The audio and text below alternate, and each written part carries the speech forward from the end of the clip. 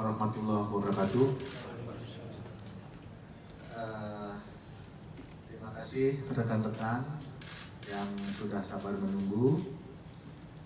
Saat ini kita hadir kembali di ruangan Orkas Tipikor di lantai 6 Gedung Barreskrim Polri, di mana nanti saya didampingi oleh Bapak Kabak-Op Orkas Tipikor Polri, yaitu Bapak Kombes Pol Ahmad Yusuf Afandi, dilakukan oleh Orkas Tipikor. Baik, untuk mempersingkat waktu, mari kita sama-sama mendengarkan penyampaian dari Bapak Kabak-Op, Pak Kombes Ahmad Yusuf Afandi terkait perkembangan kasus yang sudah saya sampaikan di depan tadi. Untuk itu, silakan Pak Kabak-Op menyampaikan hasil pengembangan ungkap kasus terkait korupsi yang ditangani. Terima kasih Bapak Kabak-Pendu, Dirokpenmas, Divkumas Polri selaku senior kami. Assalamualaikum warahmatullahi wabarakatuh. Selamat sore, salam sejahtera kita sekalian. Om Swastiastu, Namo Buddhaya, salam kebajikan. Yang terhormat Bapak Kopesko RD, Bapak Penum, kemudian Bapak Dani Yulianto, Kapolsek 4 Ditindak Kota Sipil Polri, rekan-rekan penyidik sekalian, serta teman-teman media yang saya cintai dan saya banggakan. Pada kesempatan ini, Kota Sipil Polri akan menyampaikan perkembangan penanganan perkara tindak pidana korupsi terkait pemberian fasilitas pembiayaan invoice financing oleh PT Perusahaan Pengelola Aset Persero, nanti BUMN ya, kepada PT Bintang Abadi Sampurna dalam proyek pengadaan batu bara untuk PT PLN Batubara pada periode tahun 2019 sampai dengan tahun 2020. Perkara ini menjadi perhatian serius karena menyangkut pengelolaan dana perusahaan milik negara yang seharusnya digunakan secara profesional, akuntabel, dan berorientasi pada kepentingan publik. Penyalahgunaan kewenangan dalam proses pilihan tersebut telah menimbulkan kerugian keuangan negara yang signifikan sekaligus mencederai tata kelola investasi BUMN. Saudara-saudara sekalian, setelah melalui rangkaian proses penyidikan yang komprehensif serta koordinasi intensif dengan jaksa penuntut umum, berkas perkara terkait perkara ini telah dinyatakan lengkap atau P21, sehingga penyidik telah melakukan penahanan terhadap tersangka sebagai bagian dari proses penegakan hukum sebelum pelimpahan tahap 2 kepada kejaksaan.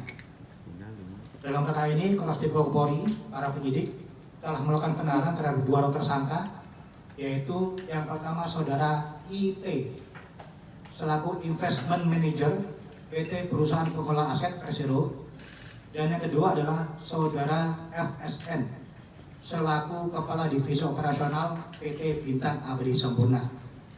Sementara itu, untuk tersangka FH selaku Direktur PT Bintang Abadi Sampurna saat ini telah berstatus sebagai narapidana dalam perkara lain dan sedang menjalani pidana di Lapas Salemba. Rekan-rekan media yang saya cintai dan saya banggakan, dari hasil penyidikan diperoleh fakta bahwa fasilitas pembiayaan senilai 50 miliar diberikan kepada PT BAS Bintang Abadi Sampurna melalui skema invoice financing. Namun dalam pelaksanaannya, dana akhirnya dicarikan mencapai sekitar 67,31 miliar rupiah melalui 8 kali pencairan. Penyidik menemukan adanya rangkaian penyimpangan mendasar antara lain. Pertama, proses due diligence dan analisis risiko tidak dijalankan sebagaimana mestinya. Rekomendasi untuk melaksanakan verifikasi langsung kepada PT PLN Batubara tidak dilaksanakan, padahal hal tersebut merupakan prosedur wajib sesuai SOP internal PT PPA. Kemudian kedua, dokumen invoice dan dokumen pendukung tidak diverifikasi keabsahannya, namun tetap dinyatakan telah memenuhi persyaratan sehingga menjadi dasar pencairan dana. Yang ketiga, pengawasan terhadap mekanisme cash collateral diabaikan, sehingga pencairan tetap dilakukan meskipun persyaratan jaminan tidak terpenuhi. Kemudian keempat, pada pencairan tahap akhir diduga dilakukan rekayasa rekening koran atau bank statement agar seolah-olah saldo rekening jaminan masih mencukupi, padahal kenyataannya tidak. Dokumen yang diduga dipalsukan tersebut kemudian digunakan sebagai dasar pencairan dana berikutnya. Dengan kata lain, perkara ini bukan semata-mata kesalahan administratif, melainkan merupakan rangkaian tindakan yang diduga dilakukan secara sadar, terstruktur, sengaja, dan saling berkaitan, sehingga mengakibatkan dana negara dijadikan tanpa dasar yang sah.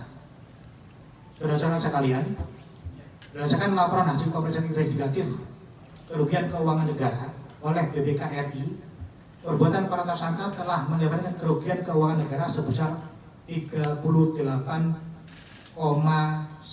miliar rupiah.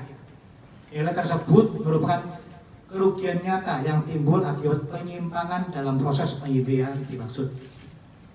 Dalam rangka optimalisasi aset recovery, penyidik telah melakukan penyitaan terhadap sejumlah aset berupa tanah dan bangunan milik para tersangka yang tersebar di Medan, Bekasi, Bogor, Samarinda, dan Sidoarjo dengan estimasi nilai sekitar 14,4 miliar rupiah.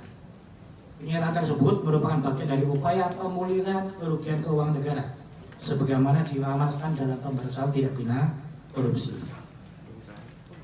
Rekan-rekan media sekalian, penanganan perkara ini menunjukkan bahwa penyimpangan dalam pembiayaan investasi BUMN tidak hanya berdampak pada kerugian keuangan negara, tapi juga berpotensi mengganggu tata kelola pembiayaan sektor strategis nasional, termasuk sektor energi. Oleh karena itu, kami, Kota Tipikor, tetap akan mengedepankan 3 fokus utama, yaitu menuntaskan penegakan hukum secara profesional, objektif, transparan, dan akuntabel, kemudian memulihkan kerugian keuangan negara melalui mekanisme aset recovery, dan yang ketiga mengembangkan penyidikan apabila ditemukan keterlibatan pihak-pihak lain yang dapat dimintai pertanggungjawaban pidana. Kami menegaskan bahwa setiap orang memiliki tingkatan ataupun kedudukan yang sama di muka hukum, maka siapapun yang terlibat akan dapat disidik.